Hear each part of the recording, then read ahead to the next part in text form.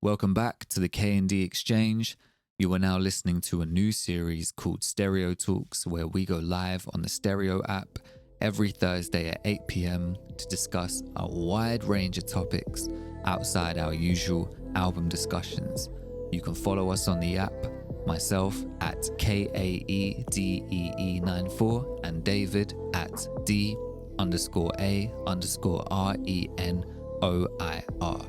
Drop in your voice notes, be part of the conversation, and yeah, let's get it every Thursday.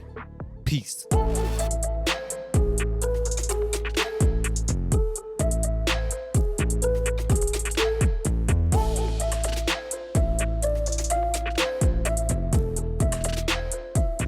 it's taken a while to connect for, I'm not sure why. I got a message off Stereo saying it was temporarily down, so... Oh, I got that. Yeah, I got that last time. Not sure why. Stereo. But they retweeted our tweet today as well, so that's cool. Yeah, that is pretty cool. They should sponsor us, innit? So. Yeah, man. Listen, the amount of attention we're at least getting. Come on now. Yeah, come on, man. All right, cool. Should we wait a little bit? Should we jump in? I don't know. Let's give a couple of people some more time to come in. Really cool. Yeah. All right. Read. Yeah, man. So how's life been anyway, man? You cool? Yeah, all good, man. All good. Woke up. Well, depending how you see it. Woke up super late today. Got out of bed at 1 p.m. Jesus, you can take the boy out of uni, but you can't take uni out of the boy.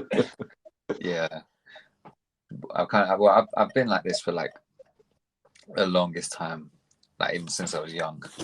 Just hate going to sleep, man. I know what you mean. Yeah, I hate having to end the day. I just never feel like going to bed. Yeah. So I fully understand that. I'm a bit of a night owl myself. Yeah. But then when you have a kid, I can imagine. Yeah, it changes, right?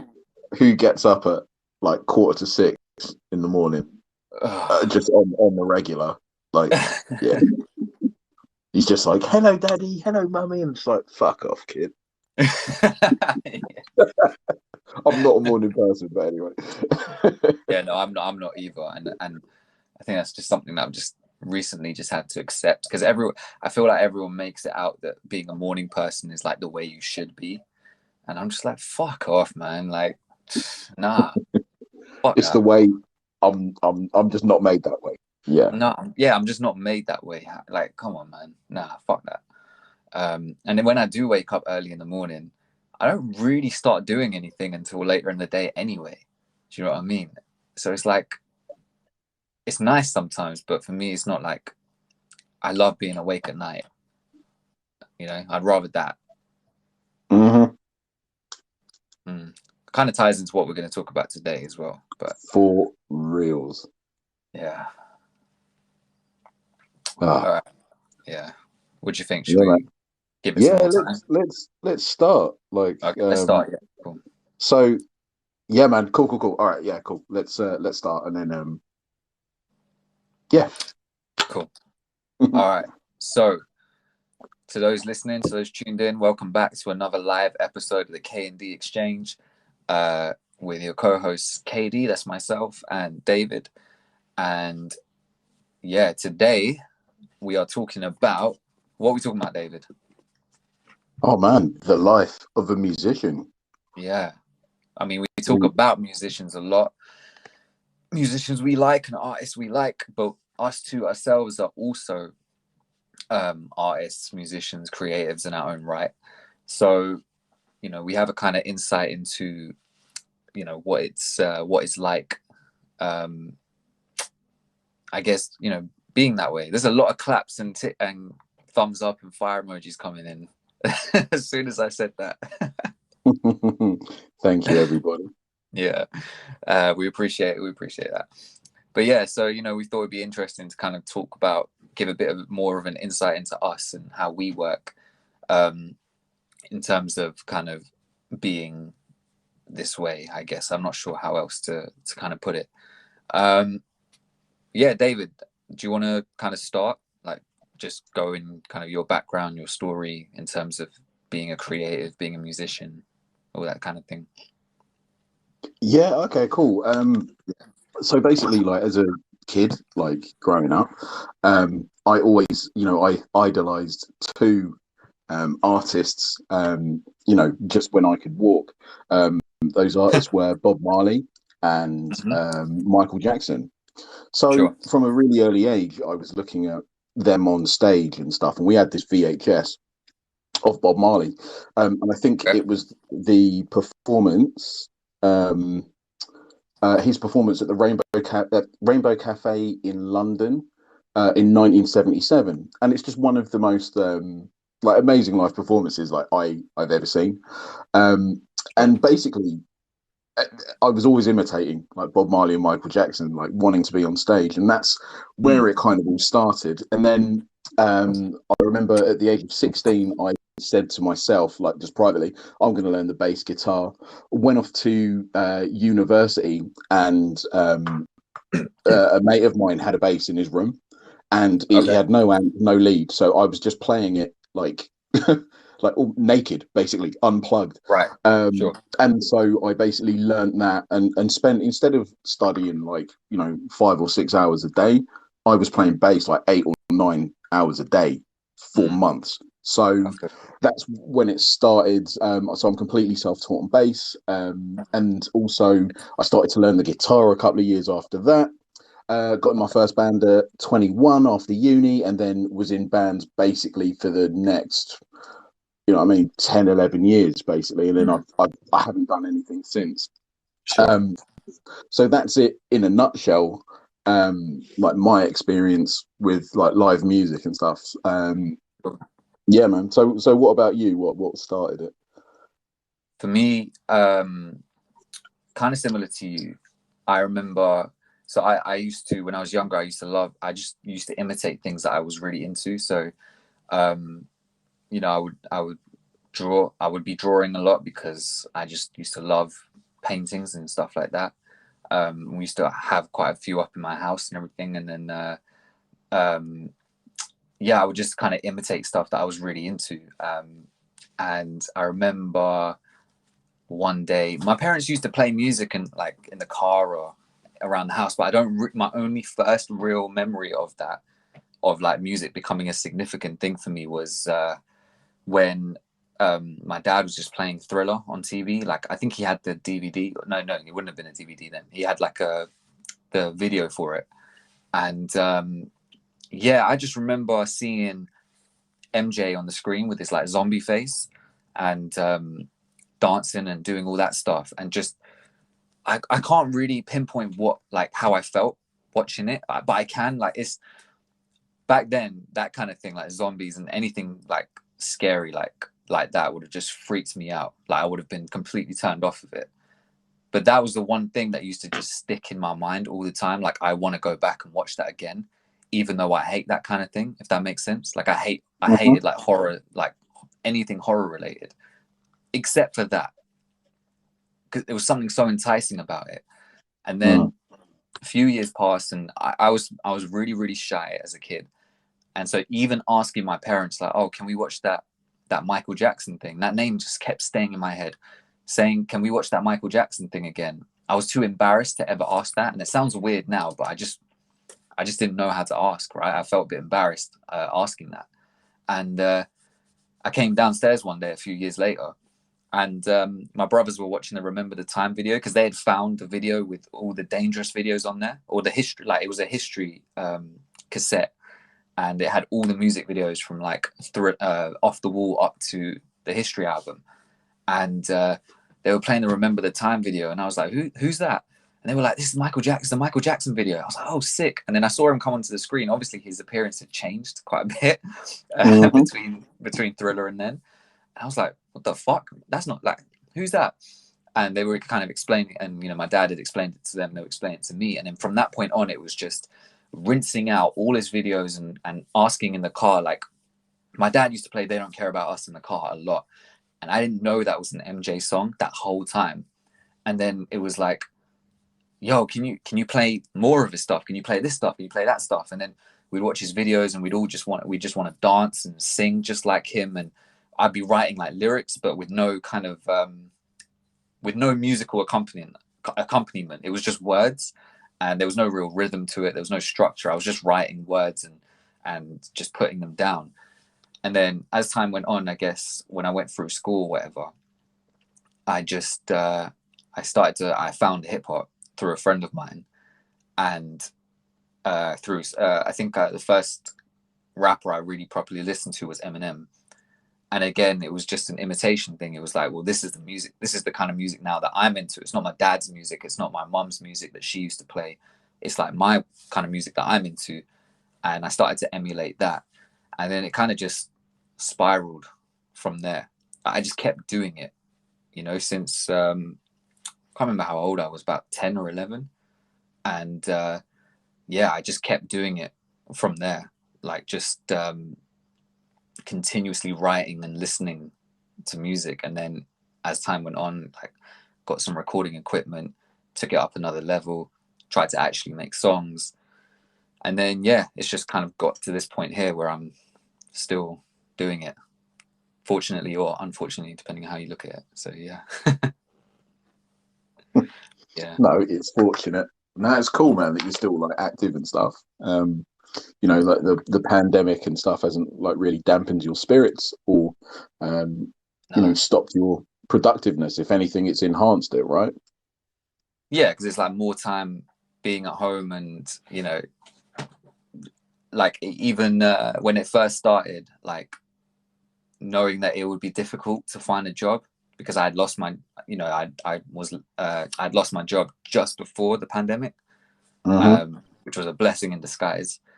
And as you know, and when the pandemic started, it was like, well, it was getting harder even to find something, like adapting to that. And then I just threw myself even further into it, just because I've been doing this is something that's just been a defining characteristic of myself and of my life, all the way since young up till now. Like, this is what defines me. And it's something that I just can't not do, if that makes sense. Now it's so ingrained in me now, and it's so second nature. And it's like you, when you said you're a self-taught guitarist, all this for me as well is self-taught. Like, no one taught me how to do this. And I guess except for the MCs that I listen to or whatever.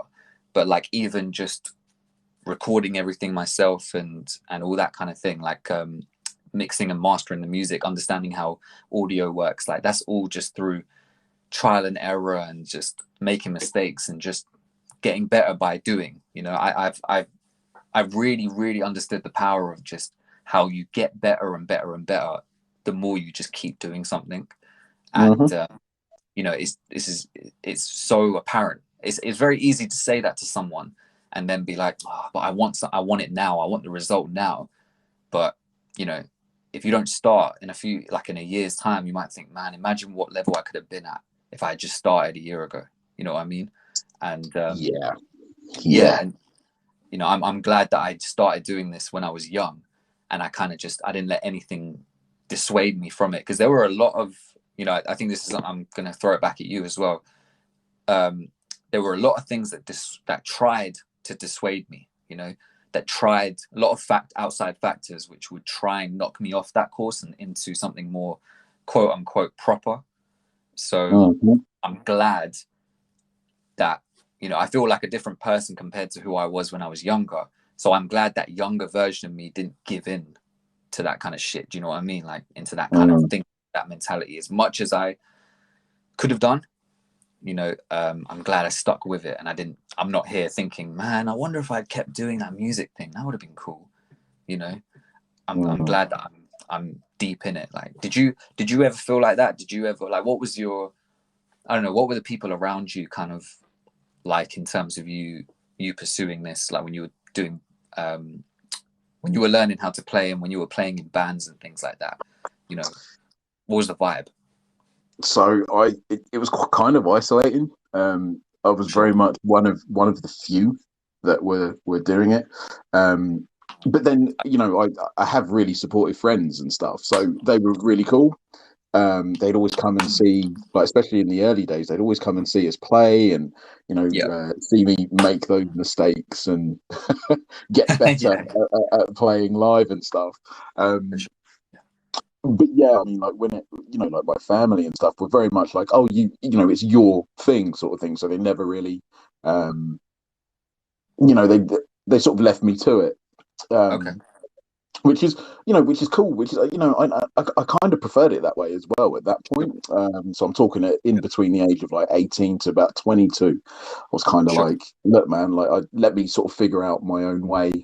You know, what was strange for me was that like my taste in music was so varied that I was just happy to go in any sort of direction. So the first band, I Right. wasn't even an indie fan, but my first band was an indie band, and then we Okay. started making like loads of cool, like dancey, rocky tracks towards the end. Okay. Um, and we were we got some kind of like it was like minimal success, but we played with bands that later on, like in 2006 and 2007, became famous. We were sharing the stage in like Oh, nice. 2005 and 2006 with these bands that started to make it big. So we knew Mm, we were onto something. There was sure. genuine industry um like Attention. interest and stuff, but Yeah. the problem was that well, so I was the bass player. We had a drummer, so he and I were just naturally very, very sort of like close to each other, Sure. because bass and drums are like they just you need a strong rhythm Yeah. section, right? Hmm. And then the There's two like a kinship there. guitarists, yeah, exactly, and the two Yeah. guitarists were basically off their face on all kinds of drugs a lot of the time. Right. So the band sort of fell apart for that Uh, reason. So a shame. it was a bit of a shame. But then I think my focus after that became, hey man, like I need to try and capture that lightning in a bottle again. I was so close, I can get there again. And I For sure. think that was something that may have, it wasn't organic. I was always trying to force it. And I I think see. that's why things inevitably sort of like broke down. Right. But we can discuss that, later on and stuff. For sure. Um, but listen, bro, we've been gassing on and we've got 4 voice messages. So Go I'm on. going to play these 4, and then we can carry on chatting. Nice. Let's bang through 'em. Cool.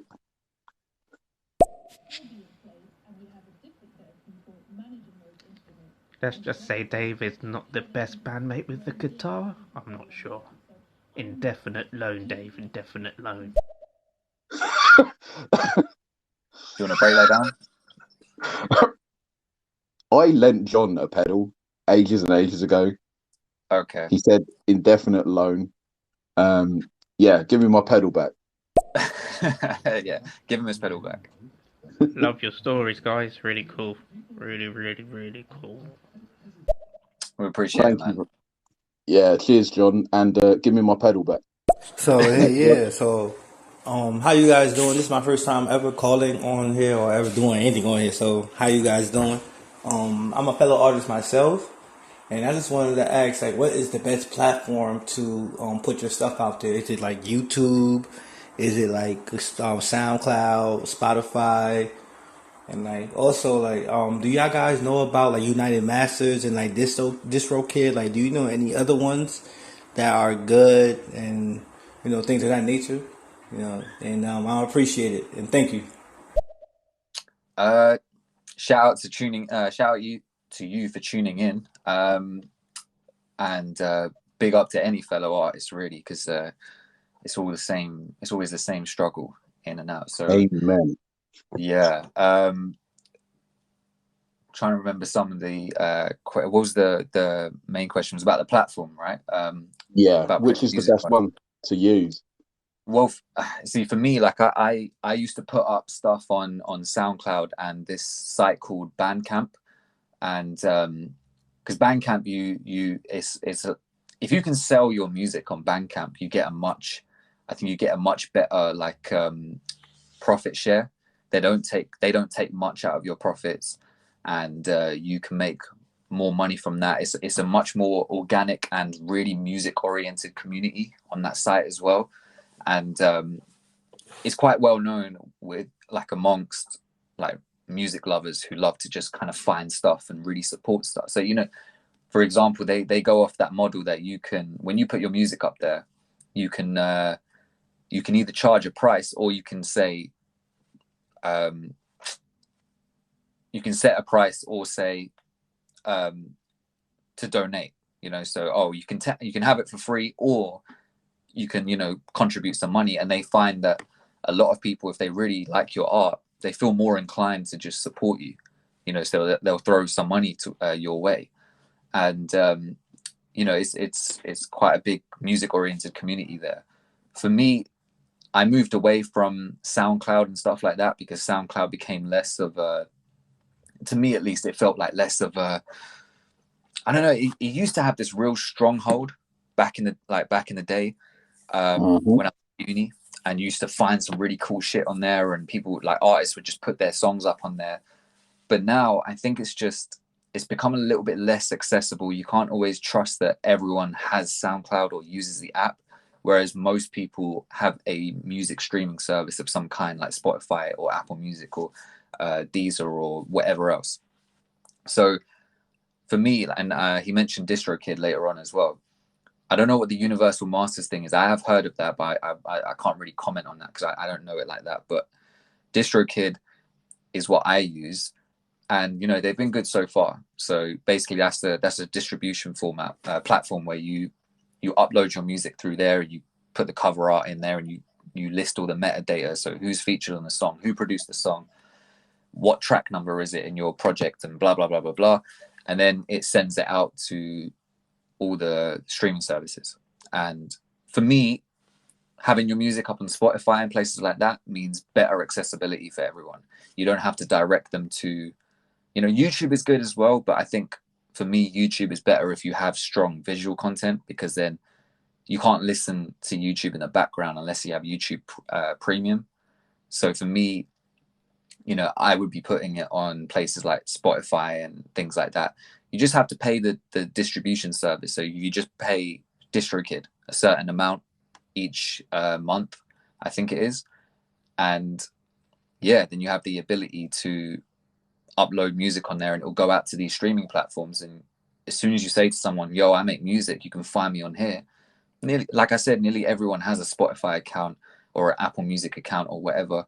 They'll just look you up. They can find you. They can save your music to their libraries. They don't have to go and click on a link and go to the Spotify page, which then nowadays might tell them, oh, download the app, and it's like, oh, it's too many steps, So for me, I would say find a distributor that you like the looks of. I like DistroKid. It's worked fine for me.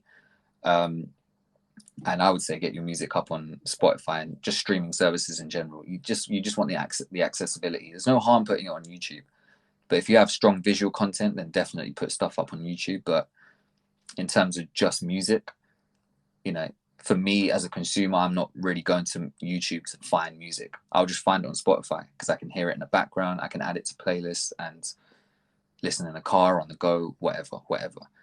So yeah. That was my long-winded answer to that question. Nah, man, nice one. That's that's in your wheelhouse, as you're dropping EPs like on the regular and that. I haven't released anything in, oh man, I can't even remember how long. Actually, that's the question I wanted to ask you. Have you released stuff? Yeah, man. Yeah. We got stuff out there somewhere. I've got recordings of it on my phone. I'll never let them go. But like, it's so annoying, right? Like, I can't listen to them back because I am so much better on guitar now than I was then. I'm like, oh my god! Like, I can hear the bum notes. I can hear like when I don't have the confidence. That's the thing. Like, honestly, I just needed to be a lot more ballsy, but like I remember one recording like studio session, and I Sure. was hanging off like a kid. I was so hungover, Oh and wow. yeah, I can hear it in the notes that I play on that. But anyway, long Yeah. voice control once they've got to Yo, go on. David, I think your voice is muffling out a little bit. Oh mate, Oh, it's fine now. It's clear now. Sorry. do you know Sorry. what? I was holding my phone. So John is Okay. spamming us with voice notes. Right, hold on, John. Let's bang him. The issue was your singer. The issue was our singer. Oh yeah. So in my first band, his name was Gavin, and he's one of the few people. So for a very very long time, right? This is the kind of person he was, right? So I had the most amazing stack. So I had this amazing bass amp, and Mm-hmm. it was crazy, right? And it was worth. Uh, so I got it for like 150 quid, and it was worth maybe about a grand at the time. And then he Wow. sold it for 300 quid, like behind my Oh, back. Like I didn't, yeah, he sold it because I left my amps and that in the back of the band van, and then it was gone one day. He was like, "Yeah, I had to sell it." I was like, well, "All right, fine. Then you owe me 300 quid," and he never yeah. gave it to me. So Oh, you know, fuck no, man. for a long time, he was the one person. Like, I'm not a violent man or anything like that, but he was definitely the one person who, on site, is getting chinned It's on site. Yeah. No, just I'd on back you on site. that. 'Cause what the fuck is that about? That's just Yeah, man. And the thing is, I dog shit. hadn't thought about it until now, and now, like, I'm just about to start uppercutting. Right. Thanks, John. Right, next one.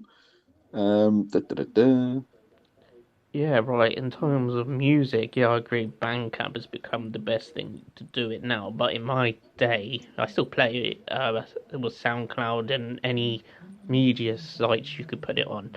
But now Bandcamp is definitely one of the best platforms out there. Okay, cool. Next one. Get a woman. Fuck off, John. Oh, look, I'll fuck off, John. Sorry. Are you going to contextualize that or? Right. So there was a song that me and so John basically, I think I said it last week.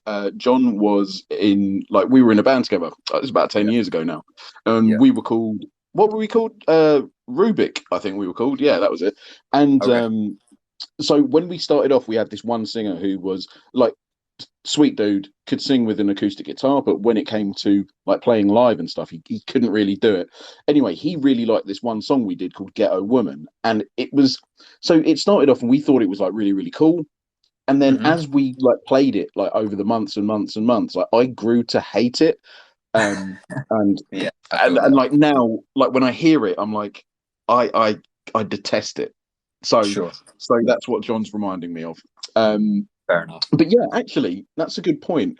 Like KD, have you got material right that you've Mhm. worked on, and at the time you thought this is banging, and now you can't stand it? Yes. I, but I'm a bit weary of mentioning what it is because a couple of those things. It's not I can't stand it. I get why I made it at the time, but it's like I wouldn't make it now, if that makes Hmm. sense. And I'm till a couple. There's only a handful of stuff that's actually up, like on my Spotify page that I think that with. Um, Hmm. the other stuff, luckily, is like yeah on SoundCloud or Bandcamp, and it's kind of hidden away. It's harder to get to, or it's just stuff that I have. But Mm. you know, I kind of needed it for my growth, I guess, for my evolution. But yeah, listening back, I'm just like, wow, why did I can hear the tunnel vision that I was in, and Mm. you know, I just would never make it now, or I would just do it 10 times better. That's the thing, and I don't know if that's just me. I don't know if that's just an overthinking thing that you go through when because you have a different relationship to your art than the consumer does, because you know it inside out, and you're the one who makes it, and you know the background that went into it, etc. And I mean, that's why I have to put, if I make songs now, I have to put it through the time test where sometimes I'll make something and think, man, I want to drop this tomorrow because I'm gassed that I just made this and it's sick. And then a week goes by and I forgot that I even made it. I don't go back and listen to it. Whereas some stuff I made like maybe a month or two ago, I'm still listening to it and getting excited, if that makes sense. Mm-hmm. Yeah. So I've learned from that kind of past experience, and now I apply it to the new music I make, where it's like I might be gassed now, like right now in the studio when I made it, but if I'm not feeling it in couple weeks time, then that's probably a sign that I should hold on to it, you know. And yeah, but yeah, yeah, there's a there's a couple songs that I know some of my friends like that I'm just not with. Like I'm just not with it anymore. Nothing from the last year or so. Everything I've released recently is just bangers on bangers on bangers. Oh, here we go. I don't miss anymore. Do you know what? Typical rapper. You got to fillet yourself every now and again. I'm joking. But yeah, luckily I don't really. I mean, ask me in a year's time, I might look back and be like, I'm hoping it wouldn't be like, oh yeah, no, that was trash. I hope it would. I can imagine it being more like, maybe I wouldn't make that song now because I'm a different person, or oh, maybe I would do this a little bit differently. But that's just nitpicking at that point, you know. Well, I think it's to do with growth, right? Like music is growth, and you never stop growing and learning and sort of adapting and getting used to stuff. And I think that everybody who is an artist is a perfectionist in some form or fashion, right? And you kind of always want to be putting out your best, but you kind of have to put out things that you're not that proud of to appreciate when you do, when you're so happy that, like, this is a banger, I want everyone to hear it, and you're just very, very happy to do so. And you always want to kind of one up, and better the last thing that you put out.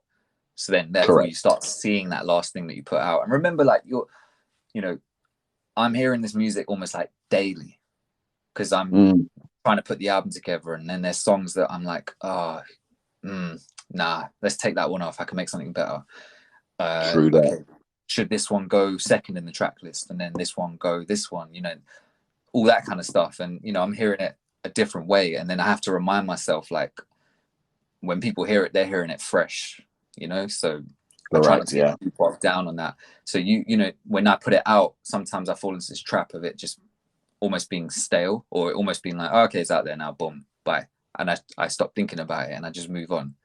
And because it's just a different relationship you have with it. Doesn't mean I think it's trash. It's just you're just so familiar with it that you're just like, okay, whatever.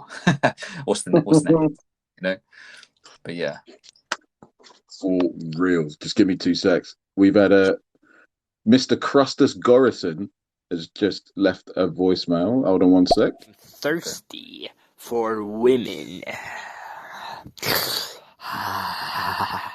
Are you guys thirsty? I have 2 big blue Play-Doh balls. What the fuck? Crustus, you are most welcome. Exit stage left, please. Is that someone you know? No. Okay, with your that's one of the problems with having this like open forum when people could just jump in, is that you'd get shit like that. Do you know what? Let's I can even hear him cracking up. Hey Dave, don't also forget about Martin who's stole our guitar and bass as well. John, stop bringing up stuff that is going to rage me out. Okay, like I'm already tense. That is a story I will divulge. But like, we got one message from Chris. I've heard it said that the mark of a good artist is their filler, so not their single tracks or the things that will get radio play. It'll be the buried album track. That's the mark of the best artists, are the ones of those that perhaps the best song on the album, but will only get heard by the people that love it most. 100% agree. Boom. 100%. He always comes in with gems, doesn't he? Yeah, because I mean, look, like,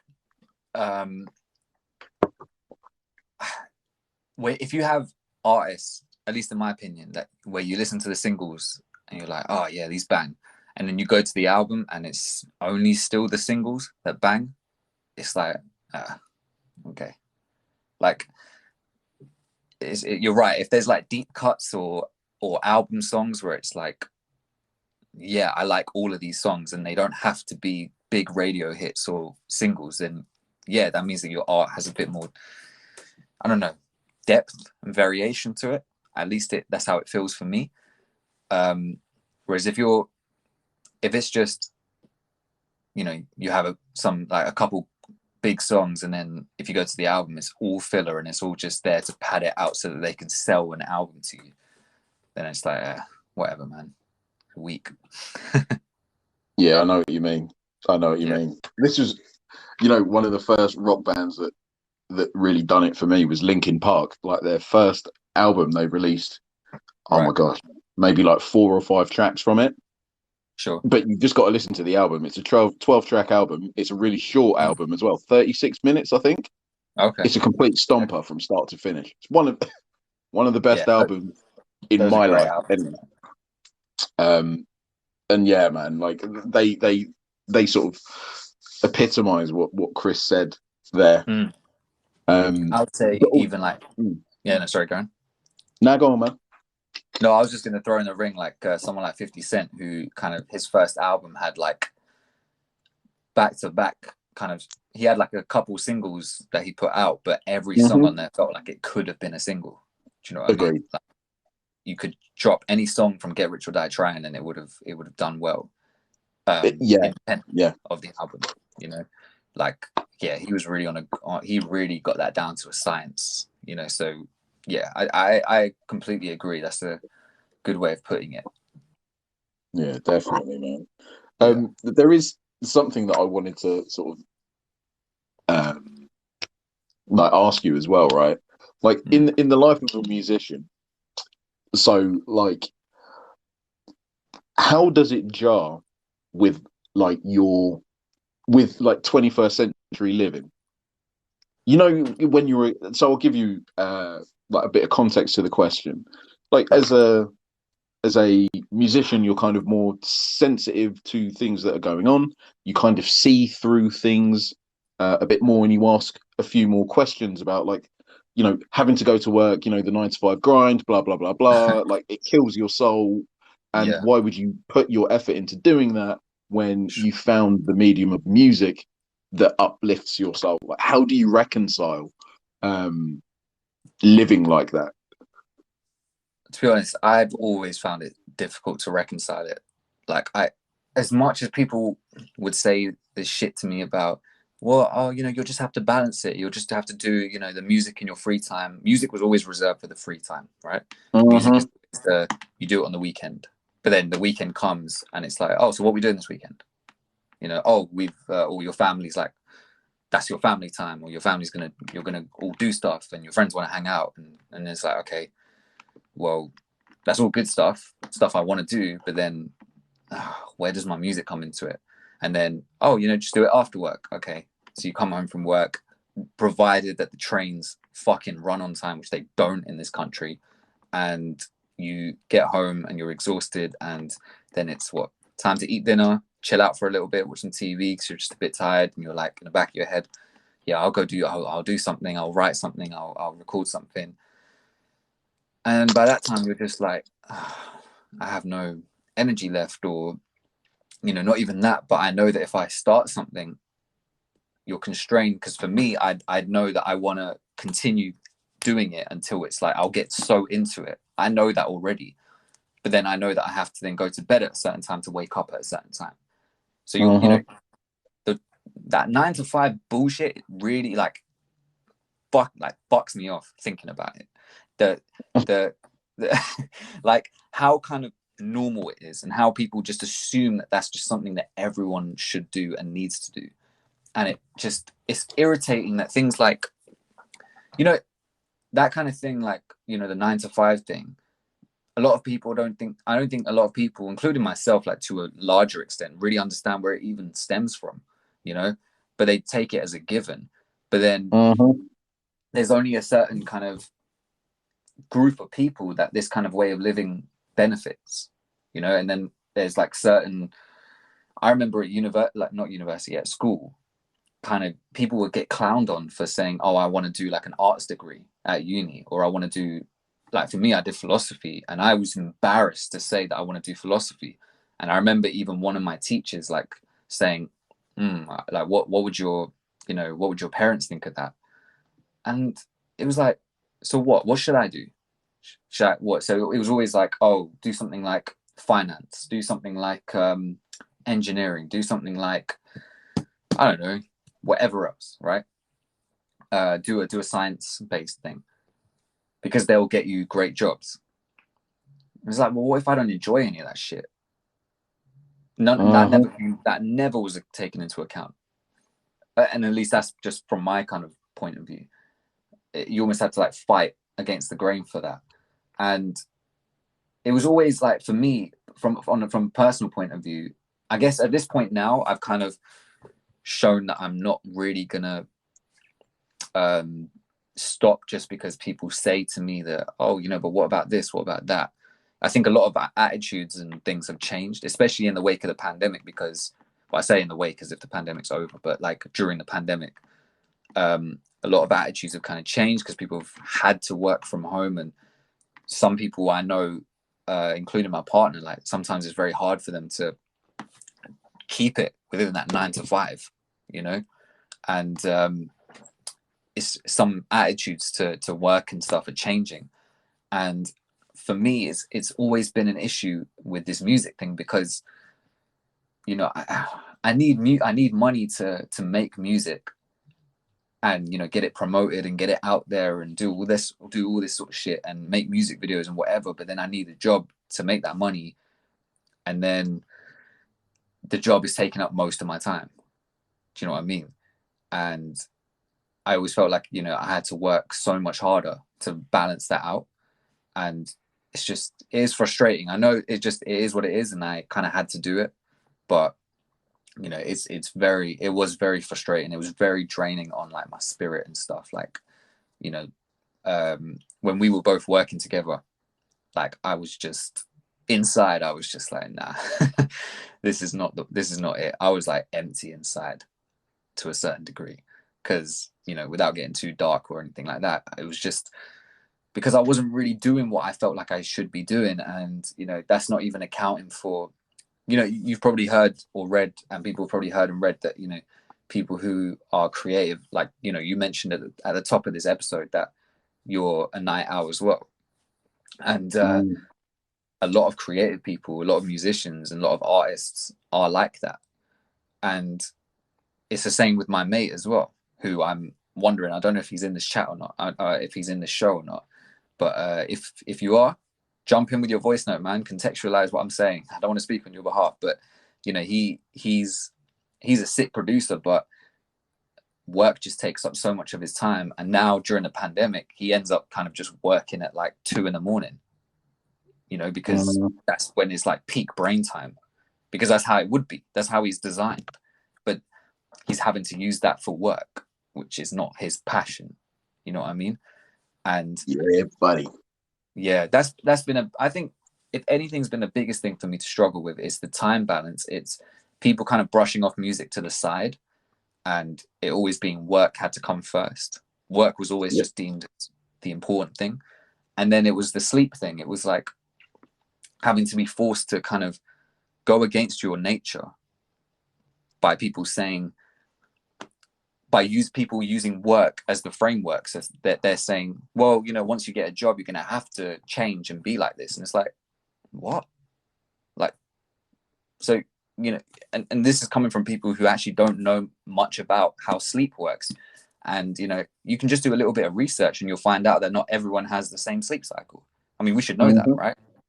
And, you know, when it comes to not all creatives or not all musicians, but a lot of the time there's a big overlap between sleeping later and waking up later. You know, this whole kind of the early bird catches the worm. It's like, what fucking worm? Like, what are you talking about? You know, it's such a generic fucking statement, but people, it just, oh, because it rhymes, people want to jump on that and act like it has some actual backing to it or credence to it. No, break that down. What fucking worm? You know? Or, oh, billionaires wake up at 5 a.m. Okay. Because they ain't got shit else to do. Yeah, do you want to contextualize that? Like, Do you know what I also, mean? do I want to be a billionaire? Or do I want to be a musician? Like, Well, there's so many questions to ask. To be fair, bro, I wouldn't mind being a billionaire musician, but you know. Obviously, being a billionaire musician would be great. But if I had to pick, I don't know. Even then, that's like, you know, what that's because that's very extreme, right? But you know, people will throw in these kind of generic statements like that, and everyone just gets homogenized. That's what I think really bothers me at my core, is when people are homogenized into one kind of way of doing things and one way of thinking. Yeah. And creative people, you want the art, so you want to go out and watch movies, you want to listen to music, and you want to go and view paintings and do all this stuff and do all that stuff. But then you put down the people who are, you know, who are built to create those things for you, you know? Yeah, and you don't want those people to invest the time because they've got other things like paying bills and working jobs to, right, you know, to concentrate on. Exactly. Yeah, man. Like I saw something the other day, which was we're on an amazing rock floating through space, and the best we can do is make everybody pay bills and invented money. Like, it's 100,000 years of flipping human evolution, and like, and this is where the best that we can do. It's pathetic when you think about it. That's the thing, when you really pull yourself out and you really look at it like from that perspective. And I think that maybe comes from people who are musicians or who are creatives. They're kind of forced to have to think like that because, you know, it's almost like the world is not, and when I say the world, I don't mean like the natural or physical world. I mean like the world that we have created for ourselves, you know, the problems that we've created for ourselves through society or whatever else. Like, it's not designed. It feels like, it's funny that it's not, it doesn't feel like it's designed for creative people or creative minded people, even though there's a lot like we get out of those people. Do you know what I mean? Like, sorry, I wasn't laughing at you, bro. It's just that Big Balls Crustus Gorison has sent in another voice note. Oh, why? Like, I got morbid curiosity now. Same. I kind of want to know what he's going to say. Do you know what? Hold on. We got 2 from John, 1 from Chris. Crustus, you can wait. Yeah, all right. Let's bang out the voice notes. Well, Rage Against the Machine were very good with filler tracks, and then their singles, and then you just be, wow, that's just amazing music. John, topical, and we can't discuss it now, but next week. But facts. Yep. Next one. I'll tell you a story. As you know, I was days basis. I was a bus driver, so I had lots of different shifts. And also, when you have a kid and family life, that kind of takes over. And even though you want to do music, it's in your spare time. It's very difficult to do. But music's growth and it's a journey. And I don't believe the journey ever ends. You're always learning new things. And I don't think there's ever a time where you can't do music. It doesn't matter if you're like 50 years old. Because I know people who are 50 still doing music on Bandcamp and things are doing okay. But yeah, when you have shift work and things like that, and family and kids, it's very, very difficult unless you're famous. But even then, that could be difficult as well. So that's just my side of it. But yeah, I mean... Yeah, I agree. Fucking A, John. Yes. Yeah, I agree. And this is something that I will share with you guys as well. But yeah, like, definitely, John, like, well played, mate. Well said. Thank you. When we Chris, talk about this kind of thing, it's like, yeah, sorry, I was just going to say, when we talk about this kind of thing, about how, because I mean, you asked me, this was based on your question about how it's kind of like adapting to 21st century living, or like, as a creative. Yeah, it's like, you know, sometimes when I rant about like the 9 to 5 and all that sort of stuff, it's like it's purely just from my own perspective. Like I don't have any kids. I don't have anything that I have to like that has really technically forced me to ever have to kind of step away or really crunch my time. So I'm very I think that's also why I make so much music as well, because I get worried that that time is running out. And it's almost like I have to lay the foundation as much as I can. And because I'm in this position where I kind of have the time right now to be able to do it, because it's unfortunate. We can talk about how the world is built a certain way or society is built a certain way right now. It doesn't mean it's going to change tomorrow. Exactly. Yeah, and some people are in less privileged situations than we are, where they have no choice. They have to kind of forego certain things that they'd rather do in their passions, and it's sad, but it's just an unfortunate fact of reality that they have to forego certain things that they want to do really deep down. I mean, I don't know about you, but like even in my family, like when I actually do ask certain questions of my uncles and aunties and my mum and dad and even my grandparents or whatever, you find out more about them as human beings, and you're like, wow, you guys sacrificed things that you really wanted to do, but had you not done that, I might not be in this position that I'm in now. And it's this kind of weird, you almost kind of wish they could have just done those things, but then you might not have even been born. Yeah, exactly. It's a weird one. It's just, yeah, it is what it is. But it is what it is. It's unfortunate that that's the way the world is society is kind of built. But yeah, it is frustrating at the same time that that's the way it has to be sometimes. You shouldn't have to ever forego your passions just to exist. For the money. That's it. Just to be alive. The man is there saying, dance, you little whore, dance for your money. Exactly. Make yourself miserable for this money, this stuff. Anyway, right, let me play Chris, and then I'm going to play good old Crusters. How do you find the more you've played or produced your own music has changed your enjoyment of live music when watching it? Do you want to take that one, David? I mean, I never produced like any of my own music. I'd always go and have somebody else like mix and master. But from a instrumentalist point of view, I would always have this thing where I was like, every time I'd see like a bass player on stage or a guitarist on stage, I would have this pang of, it was like a twofold emotion, right? The first fold would be the first half of the emotion would be, oh my gosh, this is amazing. Like, listen to how they play.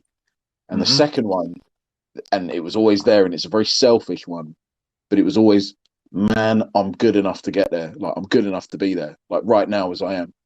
I knew you were going to say that.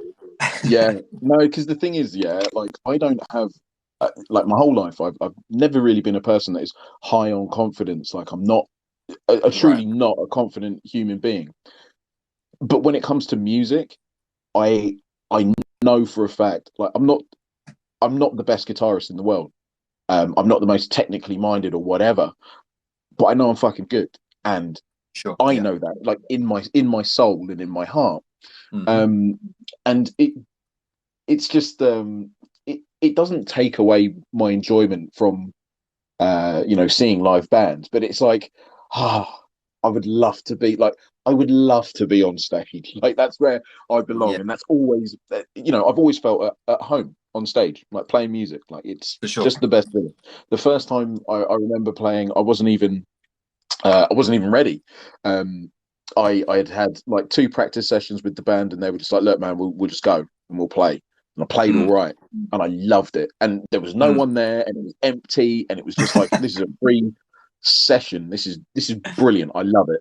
And I caught the break because because you just realize that you just enjoy it actually. Because sometimes you get so caught up that you forget that actually I just enjoy making the music. I enjoy doing what I'm doing, if that makes sense.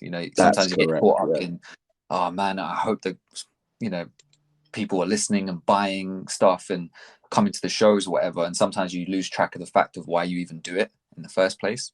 And exactly.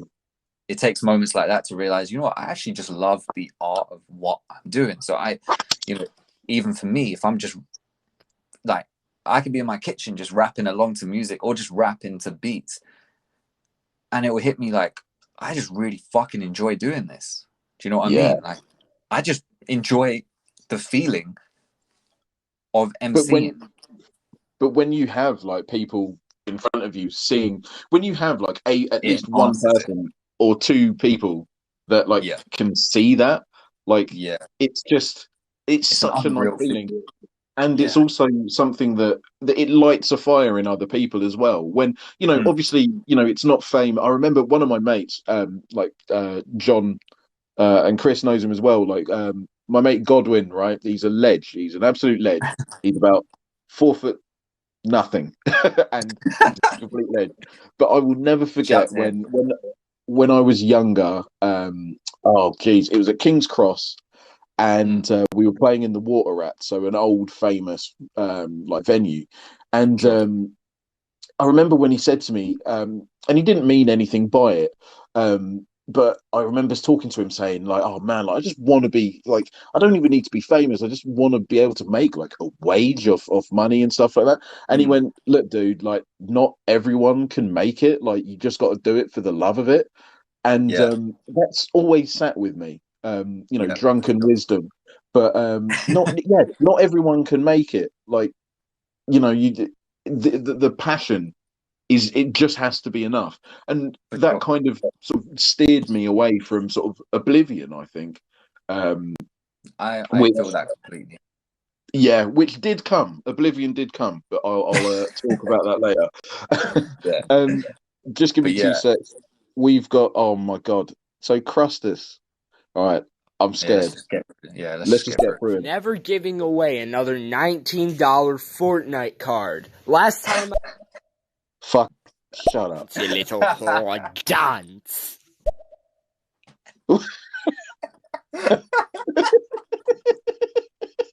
Man, could you try not to swear? You said effing. That was very offensive. My parents were listening. I was in church. Mate, you're a Effing lead. again, man. Now I have to get an exorcism. Stop swearing, guys. It's violent, and if you swear, you're like going to jail. Oh my god. Has he left another one? Oh mate, I've played all 5 of them. Mate, you're All right. Let's mute the fuck out of him. yeah, he's insane. I love it. Yeah. Hey Dave, I think one of the best times we ever had was at your old place. We were just jamming and we had a few drinks, just chilling out and watching TV, and we made like 2 of the tracks that we put on our EP for Rubik. Can't remember the name of the tracks now, but I remember we made some good music when we were chilled out and things like that. But yeah. Those 2 tunes were called Grey Skies and My Pleasure, and those songs to this day slap Okay. the taste out of anyone's mouth. Boy, Grey Skies Are is one they of the best songs ever. are they out anywhere to listen to? They are out. Yeah, they are out. I'm still not happy with how they turned out. Like, because Okay. so it's one thing to like be in a room, and when you're in the rehearsal room, songs sound a lot fuller and a lot more. You get a lot of the grit and the raw emotion behind it. Yeah. Whereas when you record, especially like with a live band and stuff, it I don't know what it is. You're a bit more. You obviously have to be a bit more careful. You're not as free with your For sure. emotions, and you know, I was never really. I was always more comfortable playing live than I was recording. So yeah, Okay. Fair. we've got them on SoundCloud, I think, and I've got a couple of the tunes like on my phone. I've got them in my Dropbox stored away. You know, never to be lost. Sure. Um, Sure. But but yeah, yeah, man, like I amazing. that tends to happen, right? When it's more relaxed and chilled out. I mean, you haven't sometimes gone in with the intent of creating, and then you end up creating something great out of it. Yeah, I remember, I think on my mixtape I dropped last year, there's a song on there called I Do, I Do. And then another song, yeah, that one kind of just came out of nothing. I just heard the beat and I just kind of did something to it. I thought that my project was already done. So I was just making this just to make it because I was bored that weekend. And but then what came out of it was really, really good. And it ended up being on that mixtape. And then it spurred me to actually change a lot of things on my album because I was like, okay, sick. I didn't know I could make a song like that on that kind of with those kind of topics and actually make it good and actually be into it. So I started it was like I'd unlocked like a new potential for kind of a new superpower, in my kind of arsenal. So it was like, okay, cool. Maybe I should make more stuff like this or, a bit more stuff like this. And then I had a song called Skeppy on there with my boy Daniel Corty, who's an MC as well, but he also can sing like really well. He makes bangers as well. So if you go on his Spotify, he's got 3 songs up at the moment. And the latest one, Esco Joint, is fucking sick. But he's just a great MC as well. And we just found this beat and we just started going like back and forth. We just wrote it on the spot. And yeah, it just became one of my favorite tunes. That tends to happen when you don't go in with like this intent to make it. Yeah. Some greatness just comes out of the kind of the natural kind of vibe or the natural kind of passion or drive. But coming back to what Chris was saying about live music and if you produce your own music, like how it feels, like when you watch things live, like for me, when I go to gigs that I'm gonna mainly when I'm gonna perform at a gig, sometimes I see other rappers doing their thing, and because I do a lot of stuff myself, like I don't hire out studios and I don't get people kind of to make the backing tracks and stuff for me. Well, as in like, putting them together for the live show, I'll do that myself. So I'll isolate certain words that I want, and I might keep the chorus in so that when I perform live, I'm going over the top of the chorus, things like that. So there's a bit more body behind that part. I might cut the song so it's not 3 verses, it's just 2 verses for the live show. Things like that. Like I'll go in and actually kind of craft the live show. And as a result of doing that, when I go and see other rappers doing their live shows, like if they're before me on the set list, and yeah, like sometimes I'll hear like their voice still in the background, like they're just playing the tune and they're just rapping along with it. And I almost kind of envy them because I'm like, man, I almost kind of want to like my way of doing things to be a bit simple like that. But at the same time, it's like, it's more obvious if you make a mistake and your voice is playing in the background. Do you know what I mean? Because then people will hear it. Whereas if I make a mistake, I can kind of flex it out. I can make it seem like it was part of it. People might not know that I didn't intend to say that particular word or start that line then, and I'll kind of just find my way back, Whereas if my voice is playing in the background, it's clear that and then I take my mouth away from the mic, it's clear that I'm not, I've made a mistake. Milli Vanilli over there. Yeah.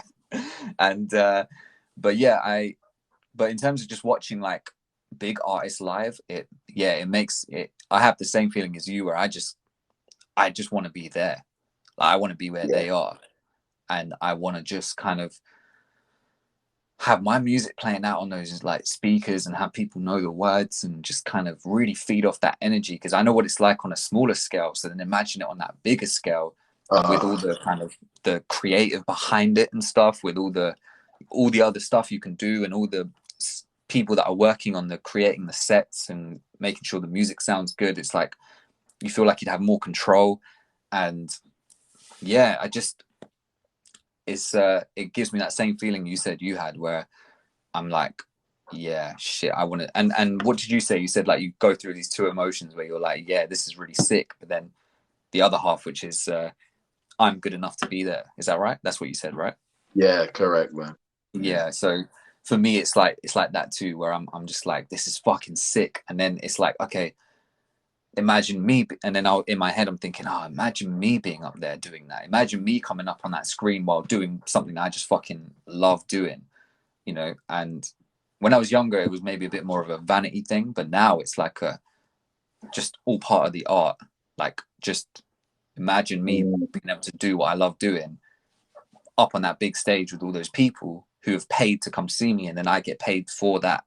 You know, it's like perfect. Like, all I'm really worried about, or I really care about, is going out there and performing. You know, if I know I'm making a good amount of, like, a decent amount of money from it, cool. I just want to go out there and perform. Do you know what I mean? And yeah, so I feel that. I thought he was going to ask, like, how do you listen to other people's music if you create your own music? And man, you need the inspiration, man. Yeah, that's a question we can jump into as well. Maybe if we play this next voice note, but then yeah, I'll save that. I'll ask you about that actually. Let's jump into the voice note. Cool. Johnny? Yeah, that I understand, because when you record with instruments, you try and be more technical and make no mistakes on the recording. But when you're live, the emotions, the crowd just get you going, and you let yourself go. Where when you're recording, you're just concentrating so much. Oh, I can't muck this up. This is coming next. This comes next. Oh gosh. Oh, and yeah, you don't put all the emotion into the recording. I kind of get that. Yeah, man. That's yeah. I would much rather play live, because that's why I prefer, like, listening to, like, seeing bands live, like rock bands. You just got to see them live, because 9 out of 10 times they will be way better than they are on record. Chris and I went to see Skin Dread. Couple of mates of mine went to go and see, like, Deftones. Yeah, Chris and I went to see Korn. Okay. And someone else as well. Like, we've seen a lot of bands, and, like, I'm telling you, man, there is just nothing like it. Killswitch Engage, that was the other one. Like, my goodness, you just get this unbelievable feeling from, like, rock music. Well, just sort of like live, unabashed, like, untethered, unchained, like, emotional music. Doesn't matter what genre. Like, I've seen Erykah Badu play. I've seen flipping, yeah, loads and loads of people, right? But yeah, you get, when you get moved just by raw emotion. I don't understand. Maybe it's because, like, the reason I struggle, I think, in studios is because it was quite alien, and I think that you can translate, like, the live feel, obviously, in the recording studio to live on stage, and also vice versa. You can definitely do that. I suppose it's a consequence of us having to work, 9 to 5 job, squeeze in the music in our spare time. We're hungover, tired. We're trying to do, burn the candle at both ends, and then you're paying like 250 quid for the privilege of 4 hours or something, and you're like, I can't muck this up. I've got to get it done in one. And when you're trying to do that, you're not comfortable. Whereas a lot of these recording artists, like Erykah Badu and the Roots and stuff like that, those guys have grown up in studios. They were really young when they were in that house, and Questlove and them turned it into a recording studio. They were just really sort of comfortable, and where you can kind of let your expressions go. Whereas I think for people like like John and I, we were very, very sort of aware that this is like an alien landscape. Everything's so quiet in the recording studio. It's not as raucous. We can't cut free. It's not our own space, For sure. So yeah, no, that's interesting, because I was thinking as you were saying that actually I really enjoy recording. Like, I really enjoy being in the studio and making songs. Although, to your point about Erykah Badu and that Soulquarian thing, like, I've not really ever hired out a studio and used someone else's studio. I've always kind of just had my own, and I've just kind of built it up over time. So for me, I'm always kind of comfortable when I'm in here, in a musical sense. So I can, I can do as many takes as I want. I can kind of sit with something and not finish it. Although I hate doing that, but I could if I wanted to, and things like that. Like, I think it definitely makes the biggest difference. Sometimes I do want to hire out a studio just so I give myself a time limit where it gives me that kind of drive just to create something and make it really good, and make sure I don't kind of get distracted and things like that. I've got better at that here at home, but I guess it's like the equivalent of like working from home or working out from home. It's a bit too comfortable. You know, it's better sometimes going to the gym or going to the office. But for this, to your point, I've grown up kind of doing all this stuff myself. I think my challenge would be letting someone else kind of then giving them the control, which I think I would be better at now. Because now I've kind of simplified my approach a bit more, and I'm a bit more like, you know, if I collaborate like with Daniel, who I mentioned earlier, you know, he'll say, oh, you know, send me your vocals, and, you know, I'll give it to my engineer who records my tunes. Nowadays I'm less. Back in the day I might have been a bit more like, okay, can you tell him to, you know, just do it like this, and this is how I have my settings and stuff like that. Now I'm a bit more like, okay, cool, here you go. You know, here's the files, you know, just as long as you make sure they're on the right part of the beat, cool. You know, I've heard his mixes before, cool, let him do his thing, do what he wants, as long as he's not doing anything stupid like slapping like too much auto-tune on my voice, or doing, I don't know, the voice is so low in the mix you can't even hear it, you know, which I don't think they would, you know, because you've used them, so you trust them. But so I love like recording in here. Like I love just, I don't know, I can't really can't really describe anything else that kind of gives me the same feeling. I love doing it live as well, but obviously with doing it live there's like sometimes it's something I have to keep doing in order to get accustomed to it again. Like I don't know about you, but like if I don't perform live for a long time, my kind of anxiety and nerves will go up quite a bit before I'm about to do it. But if I do quite a few gigs, like one after the other, it's practice. After like the second or third one, it becomes so standard for me. Like I could go and eat a full like 3-course meal before, you know, my performance. Whereas on the first performance, I'm not eating shit because I just can't do it. Like all I can focus on is try and make sure I've got all the words locked in, make sure everything will go right. Do you know what I mean? One summer a few years ago, I did like almost every week. I had like 4 or 5 weekends where I was just performing somewhere in London. And by the time it got to like the third one, I wasn't even practicing anymore. I was just going up and doing it. And each performance just got better and better, the more I got out of my head. You know what I mean? So this is the thing, yeah. Yeah, I enjoy it more once I'm accustomed to it. But I think sometimes in my memory, it gets a bit shrouded by the thinking about the nerves and anxiety that I would have before I go in. And sometimes in my memory of it, it would trump the like adrenaline rush that I had when I was actually on stage and doing it. And then what came afterwards.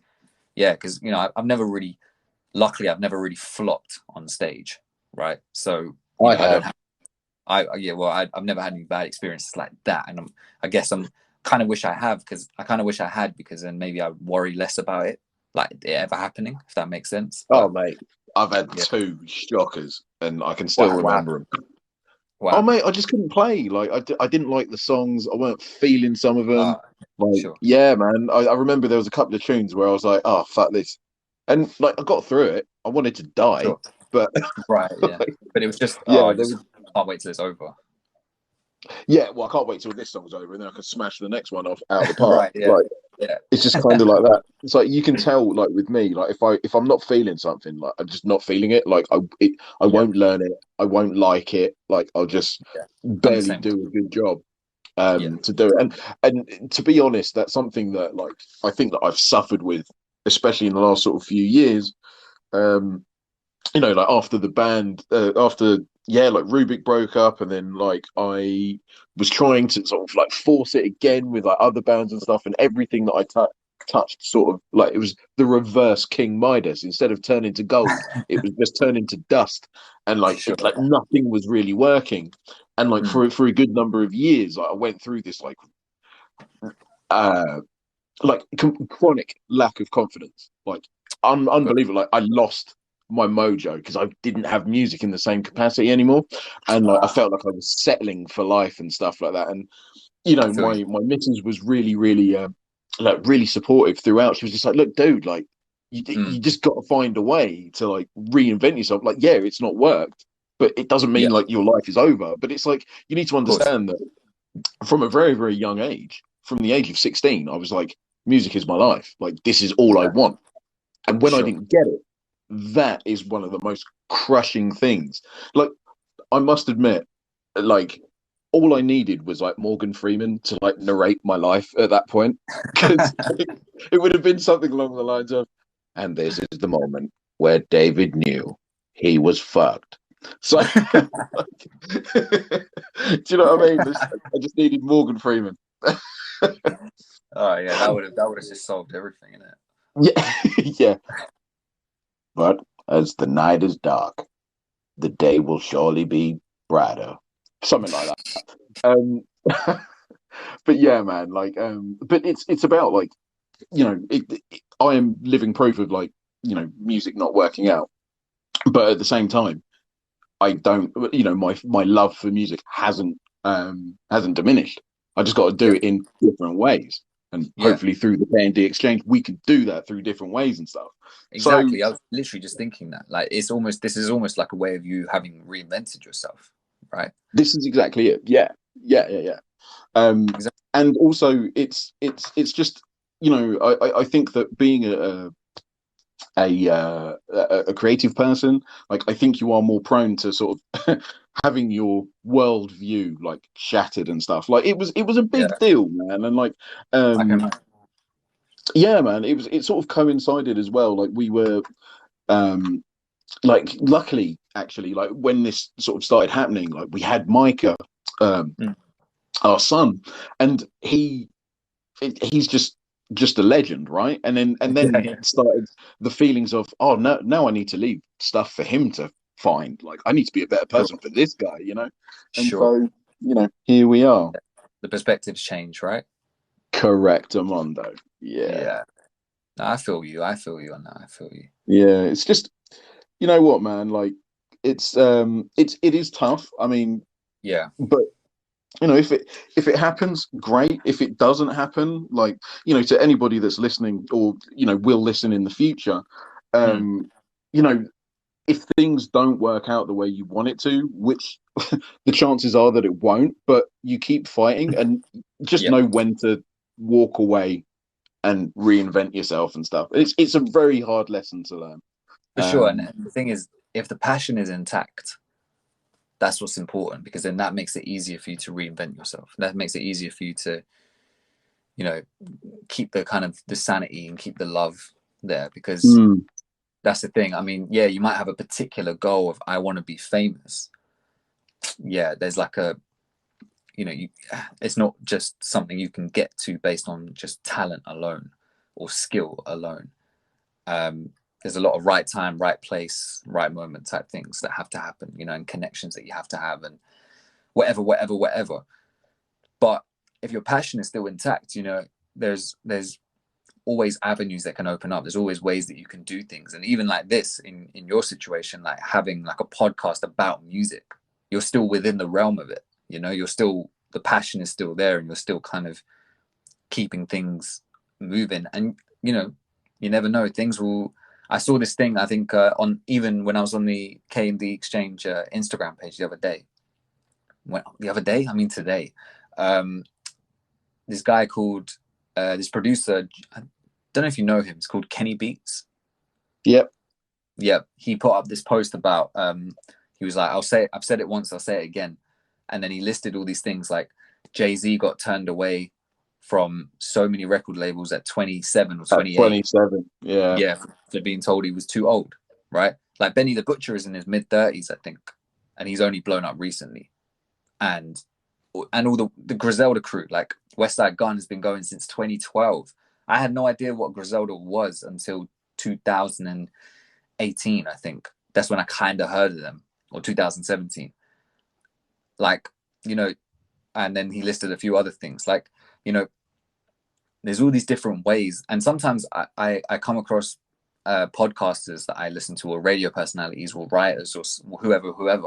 And then I'll find out, oh yeah, they used to be MCs back in the day, or they used to be musicians back in the day. But I've only know them as this other thing within the realm of music or media or Mm, entertainment. You know what I mean? There's all these different like avenues, and they have all their own kind of stories, and I'm seeing them as a success. But you know, they might be thinking to themselves, back in the day, back way before I was even born, oh man, like the music thing didn't work out, not knowing what kind of will come in the future. Do you know what I mean? Yeah, for real. Yeah, I think it's all about just keeping the passion intact. I think the sad thing is when if the passion goes and you just suddenly, you know, that's the one thing I've always been worried about. It's just, you know, feeling like that kind of emptiness. You know what I mean? I've lived it. Trust me, and it's not a nice place to No, be. Really, it's I really really hard. can But imagine. do you know what? Like, I always go back to this lyric. It's called it's a Tupac tune with the Outlaws, and it's called Yeah. "Baby Don't Cry," and Okay. it's just you got to find a way to survive because they win when your soul dies, and I Yeah. just love that. So I'm always eternally grateful for that lyric from the I'm man. eternally So yeah, grateful for back in general, man. Like, I mean, yeah, yeah, you know, yeah, way back. the guy that got me into hip hop, like I basically felt like I was tutored by the greatest, so it's fine. Yeah, that guy went like. Well, I remember like Tupac's been such a huge influence on me, even just outside. Like, obviously, I knew I wanted to be an MC or I wanted to do this, but I remember, I don't know if you've seen the movie Resurrection, the documentary he kind of did where he's narrating it, but No, he's kind of, you kind of see his life story build out through like clips and news clips and interviews and stuff, but he's kind of narrating it. But then he actually, I died. have. Yeah, Yeah, he died during the making of it, and they had to kind of piece it together afterwards. And I think his mom like helped produce it and yeah, get it done. That shit blew my fucking mind. Like it just really made me think. And I was in a bit of a down like moment in my life at this point. This was just as I had taken my gap year after like college had finished, and I don't know what happened. I just fell into this rut, and I just was like depressed and just had this high level of anxiety. And I was like, why when I'm about to take this year off and just do what I want, you know, before I go to uni, why has this happened to me? I don't even know if I want to do music. What's the chance of anything even happening with that? What do I even want to do? Blah, blah, blah. That shit really helped kind of solidify that there's more to the world than just what people are trying to tell you that you have to do and have to be. yeah. You know what I mean? You know, like that, and that's like we said in one of our episodes, when I watch like MJ videos and kind of think about his life, like I can't tell you the amount of times I would just hear his music late at night one time when I'm just kind of pacing the kitchen, just kind of not really doing anything. I'm just listening to music. I'm just pacing the kitchen, just thinking, and almost like patiently waiting. Like, okay, I've got music. I'm sitting on music. I'm getting somewhere. Okay, I'm gonna get somewhere. I'm gonna put it out. I'm gonna do this. I'm gonna do this for the podcast, and I'm just kind of just walking back and forth and thinking, and then MJ's music will come on, or I'll think about it, and I'll start just singing along with that without realizing it, and just my spirit will just fucking lift. Like, Yeah. I'll just think about him, and it brings me this kind of, it brings me back to when I was a kid, you know. And I think that's important sometimes to go to get that raw passion that you had back when you were a kid, you were young, and the world was kind of magical to you in some case, in some sense.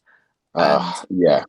yeah, you become a bit more corrupted over time because things start to get into your head, and you start to kind of have to do this and you have to do that, and you have to, you know, and you're at school and you're in college and they're telling you have to choose a kind of path for your life, even though you're only fucking 17 or 18 years old. And it's like, I don't even know who the fuck I'm going to be after my, or what the world's going to be after my 3 years at uni. You know, what if what I study at uni suddenly has no weight anymore in the new world, you know, after these 3 or 4 years pass, you know, things like that. And, you know, you start thinking about shit like that. And people like Tupac, people like MJ really tap into that just real raw creative passion and spirit in me, and really lift it, really make me realize there's more to life than just what, like the lyric that you just said, because they win when your Yeah. soul dies, because then you become part of their machine. You just Yeah, that's become, it. you kind of consign yourself to just, okay, I'll just do this in and out. That's what everyone does. I'll just do this, do that, whatever. Okay, cool. Plod along, go along. Yeah. And a Yeah. lot of the sort of pragmatist advice that you get off, say, your elders, your parents and stuff like that, when they say, well, you just got to find a job, stay in your lane, keep your head down, and do that for the next 30 years. And I remember saying to my parents, like, a few years ago, I was just like, I ain't built like that. I cannot do that. Like, I don't understand how, I've gotten to my mid-30s and you still don't get it. I am not built that way. I ain't doing it. So, yeah, no, I feel you, man. I feel you. Like I think for me, for like my mom, sometimes I think might fall into that pattern a little bit, but I think even she has had to kind of accept that this is what I'm doing, and it was really fun. It's really funny because like I think because I just kept doing it and kept doing it. They started like to properly support me. Like, okay, it's not just because it's easy when you're young for your parents and them to just say it's a phase and blame it on that. But then once, same with like when we're talking about the sleep cycle, it's just, oh, it's because you're a teenager. That's what happens to teenagers. It's like, yeah, it's true. But then as you become an adult, your body starts to adjust to what its natural sleep cycle is. And if mine has still fucking, not adjusted to me, going to sleep at this time and waking up early in the morning, then maybe it's more than just a phase, and it's the same for a lot of people out there. Unfortunately, like we talked about before, all that early bird gets, whatever it is, early bird gets the worm bullshit comes in and things like that. And, you get, like I said, you get corrupted into that kind of homogenization of things. And, my parents started to realize it wasn't a phase and they started to support me a bit more. Like they wouldn't question me. Right. And I get that. My brother, he had been like, he was always into music as well, both my brothers as well. But then he started to really train his voice and like really do a lot of vocal training and vocal coaching. And my mom couldn't understand why. And he was like, it's because it's my passion. It's just something I want to do. And then she would say to him, oh, you're not going to start making music as well, are you? Or that's not going to be your thing, is it? And I'm sitting in the same room thinking, Mom, that's what I do. Like, what the fuck? When you say that to him, it's like an indirect message to me that you don't rate that, right? It's almost like, but he's too far gone. We can't let another one of them be kind of corrupted. He's far gone.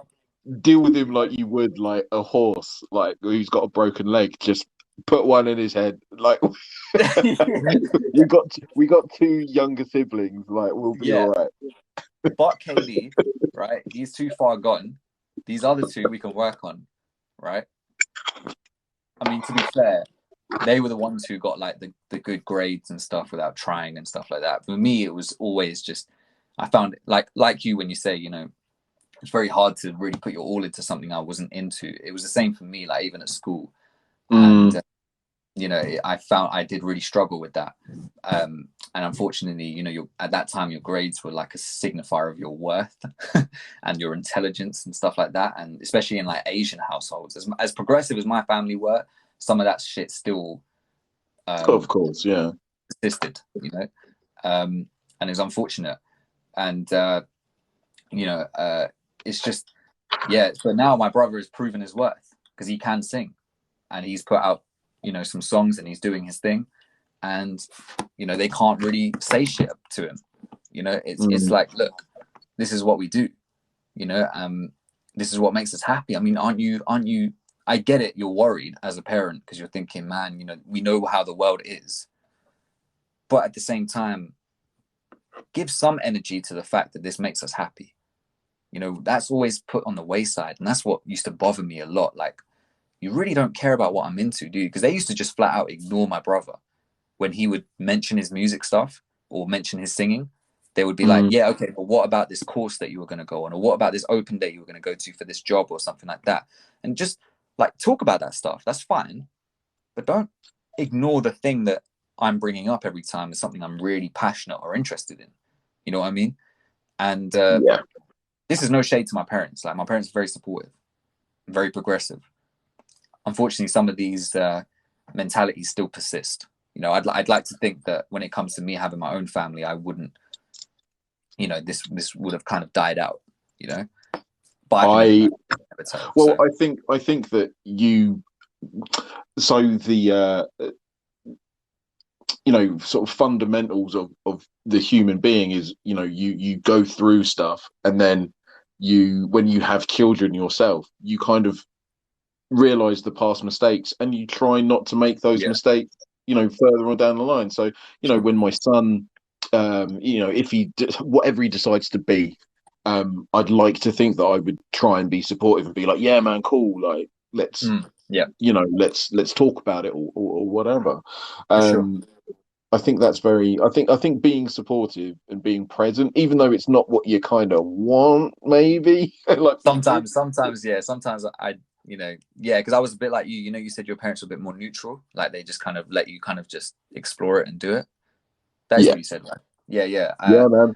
They were sort of, well, almost ambivalent. Like, yeah, but Sure. you're going to need to get a job one day. So Yeah, I think my parents were kind of like that to an extent. They wouldn't get too involved with my music, but at the same time, they would be like, yeah, okay, it's cool, but make sure you're not, fucking up at school, and you're gonna actually get a job and all this sort of stuff. And it's like, yeah, yeah, whatever, man. And typical Indian mentality of, if I don't get good grades, it was like, we might have to put a little limit or stop on your iTunes. It's like, what the fuck does that mean on my iTunes? Like, do you understand what iTunes is? Like, what? Because I listen to music.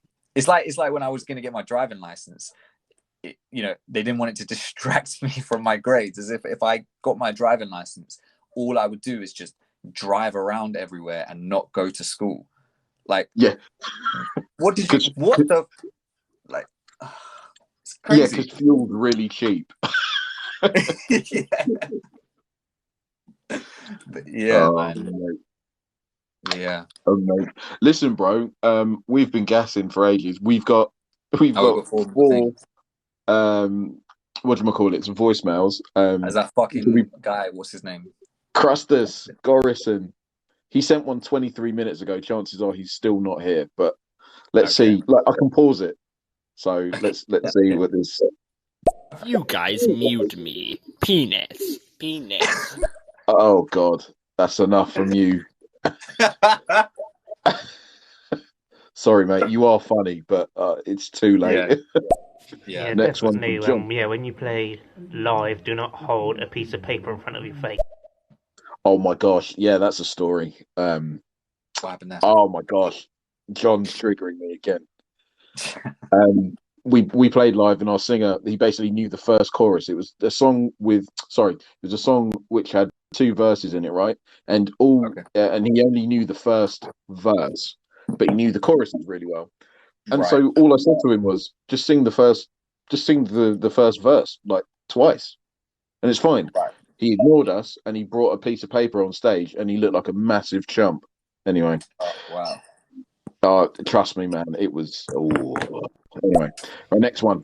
Sorry for another note, but also with music, to do it, it's very important that you have your health and look after your health as well. I thought I add in physical health, mental health, all that kind of stuff too. Well said, John. Yeah, absolutely. Fact. And we have a gentleman, I believe, by the name of Carlton. Hopefully, the real Carlton Banks. Or Alfonso Ribeiro. Oh, I reckon it is. Yo, bruh, I'm not trying to say your mom is correct, but this is like my second run in the music industry, and what I've learned about making money in music, you can do your own craft for fun, but you will be better off taking all the time and energy and money you normally would invest in your own individual career, and then just invest in some money and some music that's already popping and generating income. It's just like investing in real estate, and you save yourself a lot of heartache, a lot of work, a lot of blood, sweat, and tears. And you could end up, if you stack your investments correctly, you can end up letting the success of someone else's music support your individual artistic venture instead of you sweating trying to compete with music that's already popping. Okay. So, first off, whose mum were you talking about? I'm guessing mine. I think maybe yours, mate, or maybe mine. Trying to pinpoint what my mum said that he agrees with. Yeah. Well, I think that both our mums were on the same sort of page, like quite Probably, yeah. pragmatist and Sure, yeah. like, but like with regards to sort of like making money off of other artists' like work and stuff, like I personally don't agree with that. Like you need to stand on your own 2 feet, really. I think to have I don't know, a sense of pride, because if you're piggybacking off somebody else's success and making money off them, like Yeah. it kind of hollows out your achievement, right? You're piggybacking off somebody else. Don't want to do Sure. that. Yeah, I wonder if what he's trying to, yeah, like I'm trying to figure out what he's trying to say. What he's saying is like when he says invest in other artists, do you mean like it's an interesting angle to take, like because he said at the end it helps your own artistic ventures, but it's like okay, well, what do you mean investing in these artists? Do you mean managing them? Do you mean putting money behind their projects? But then how would you get money back from that? Um, Is it like a I'm stock trying to. and shares thing? Like all I could think of was like trading 2-on-2 and Yeah, investing that's what I was thinking. 500 But and all that. Like, yeah, that's what I assumed he was talking about. But with music, and I'm not sure how. And I get it. I get it if you're saying do that and then put it into your own artistic ventures. But it didn't feel like that was the main crux of what he was trying to say. It was more like save yourself the heartache and make your money like this. But it's like I don't think you're understanding what we're coming into the music, kind of what we're doing when we do the music. Because what you said was, I 100% agree with you, David, when you said, well, no, there's a pride in, and it's a hollow achievement if it's not. It's you're doing the music because you love doing music, right?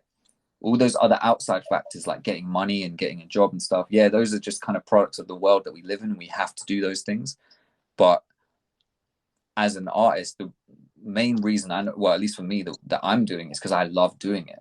Do you know what I mean? I'm not necessarily, I'm not doing it for any form of money. Money is a bonus to me, right?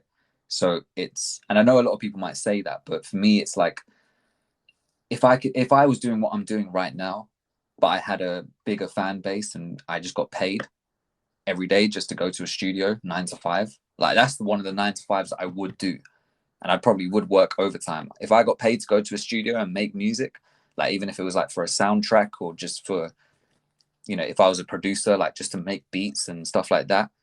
Cool, I would do that. Money's like the bonus thing where people will get off my back for it. Do you know what I mean? And it wouldn't be seen as like a waste of time, because if true I'm making that. money from it, suddenly it becomes professional. Whereas it could just be the same exact thing I'm doing right now.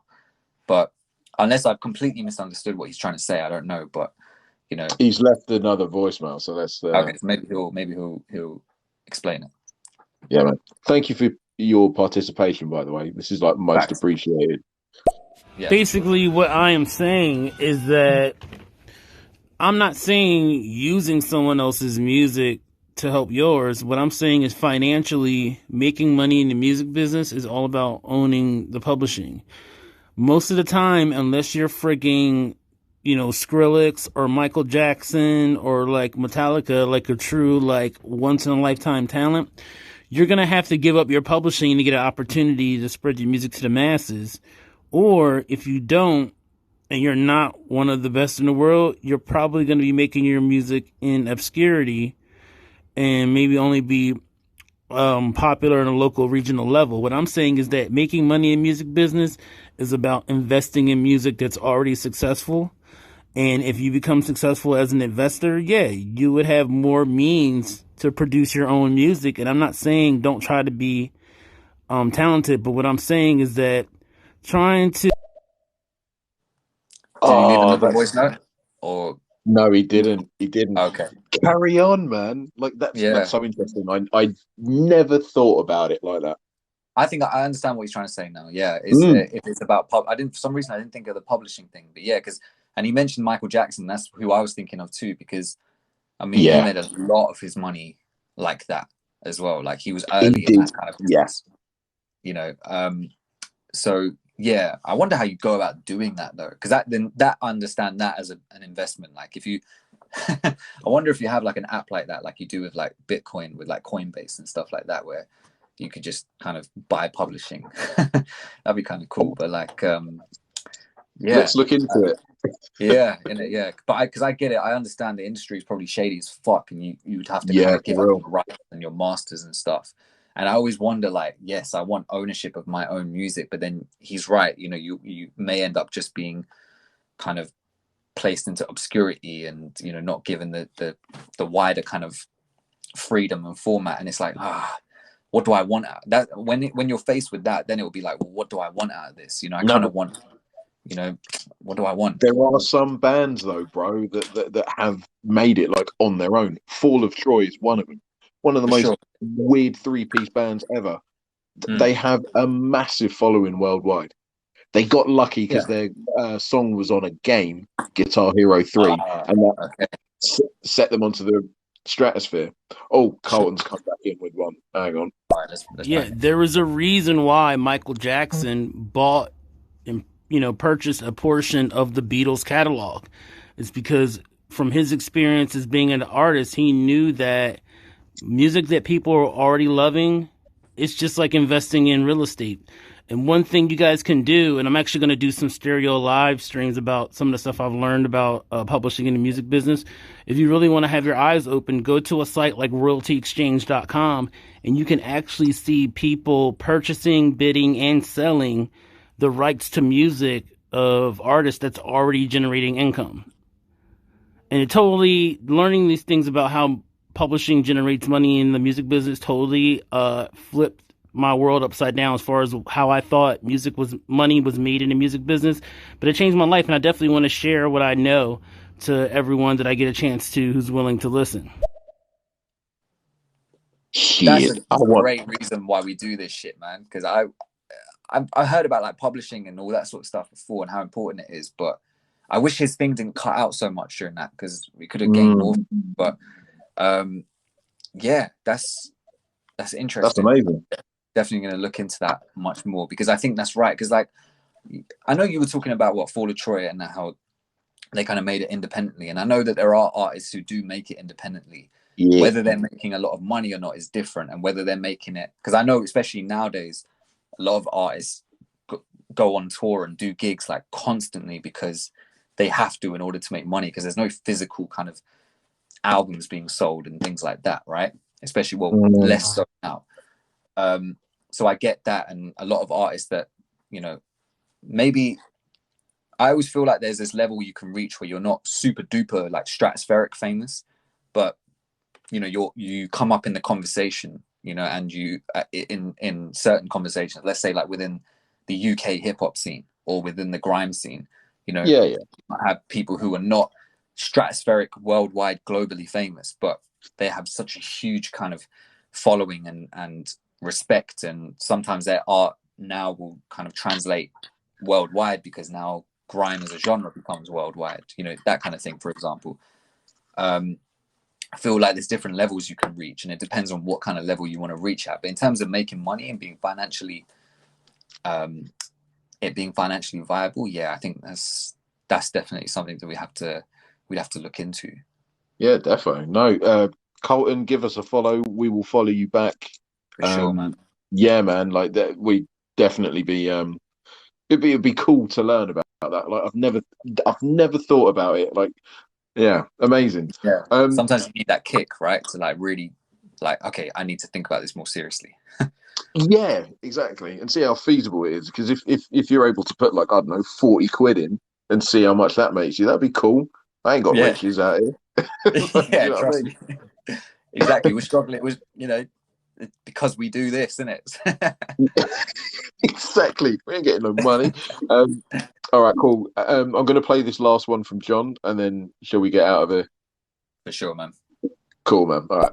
Remember this: when you die, you can't take your money with you. I learned this the hard way when I fell ill in 2017. Fucking facts, mate. True say. You can't take your money with you. You can't take all the material shit with you. And it's about the bonds that you make with people. Because, like, in all fairness, we've all lost people, innit? And it's about the love. That the love is the thing that lasts. None of the bad stuff does. You don't really, you don't really remember like a lot of like bad things. Maybe maybe you do, but I think that if you have like true, genuine love, then that will forever remain, even though you might mourn it that it's gone. But yeah, John, true facts. For sure. And I agree, man. And, I've been thinking about this more and more recently, but it's very important, like your legacy that you leave behind. And that's not even just necessarily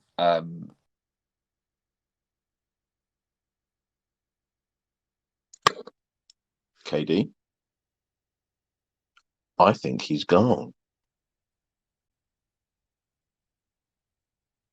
Well, everybody, he's disappeared, so I don't know where he's gone. Yo, you back? Yo, you're back. Yeah. Sorry, I think you disconnected a little bit. Was that me? I don't know if it was me or you, but it said reconnecting on your thing.